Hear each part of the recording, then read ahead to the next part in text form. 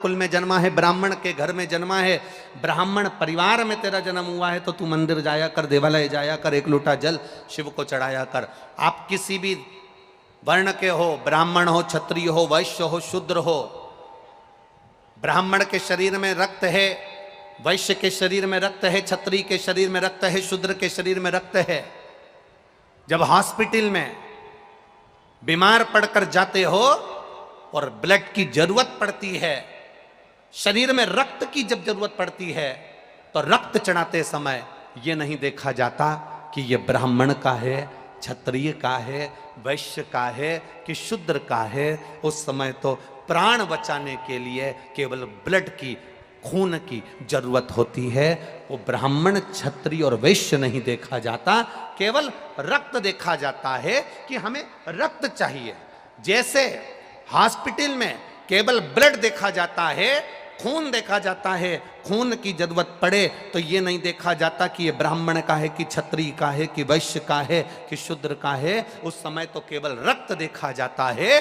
उसी तरह परमात्मा के दरवाजे पर यह नहीं देखा जाता कि आप कौन वर्ण के हो, कौन जगह के हो, कौन हो। परमात्मा के द्वार पर तो केवल इतना देखा जाता है कि आपने इस शरीर के द्वारा किसी का भला करा कि ना करा, किसी प्यासे को पानी पिलाया ना पिलाया, किसी भूखे को भोजन कराया ना कराया, किसी अतिथि का आदर सम्मान सत्कार किया ना किया। बस केवल परमात्मा देखता है कि इतनी जिंदगी में तूने पुण्य क्या करा। हॉस्पिटल में रक्त नहीं देखा जाता कि ब्राह्मण का है, क्षत्रिय का है, वैश्य का है कि शूद्र का है।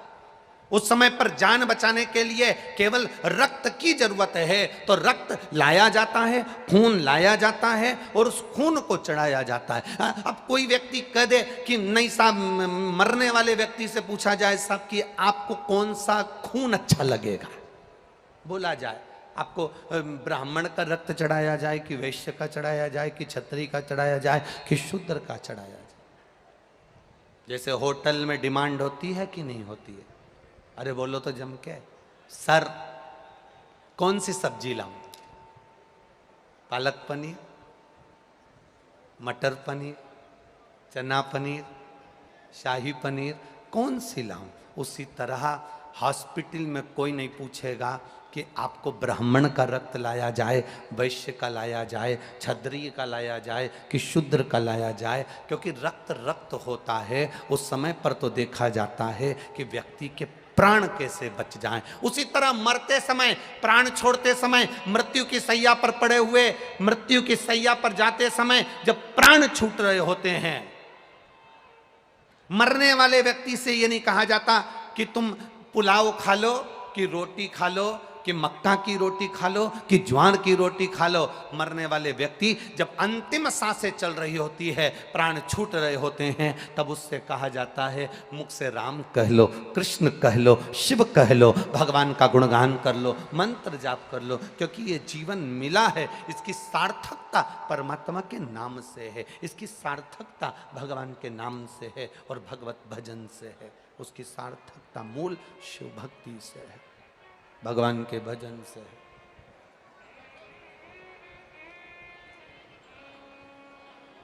इसीलिए कहते हैं महाराज, मूल वर्णन इसीलिए कहा।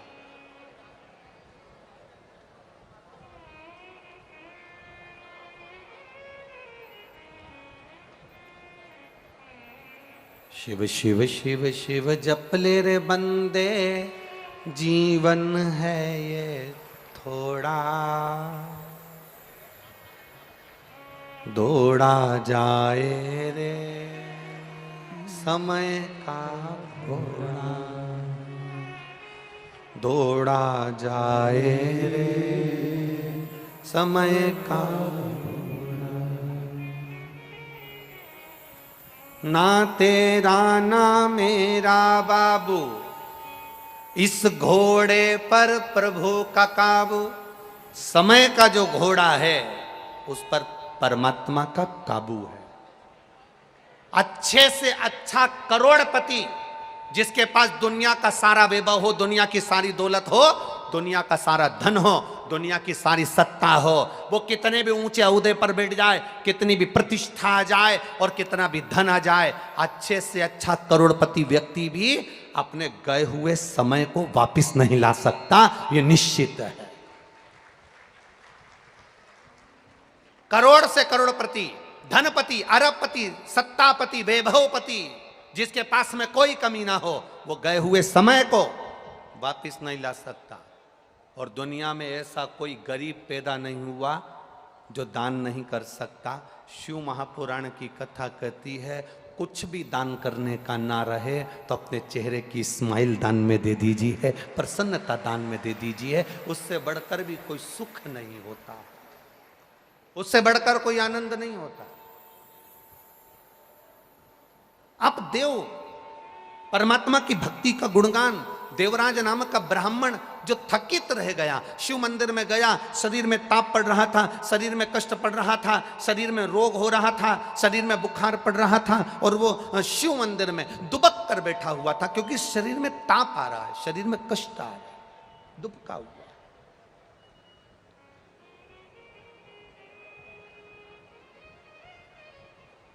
और देवराज नाम का ब्राह्मण अपने शरीर को बचाया हुआ है, जिसने कभी शिव नाम नहीं लिया, जिसने कभी शिव स्मरण नहीं करा, जिसने कभी शंकर का गुणगान नहीं करा, अनायास शिव मंदिर में पहुंच गया। आप में भी अगर कोई व्यक्ति अचानक केवल देखने के लिए भी अगर शिव महापुराण की कथा में आया है, कितने लोग आए, कथा कैसी हो रही है, क्या व्यवस्था हो रही है, आएंगे दुनिया के लोग यहां पहुंचेंगे। अगर कोई अनायास भी आया है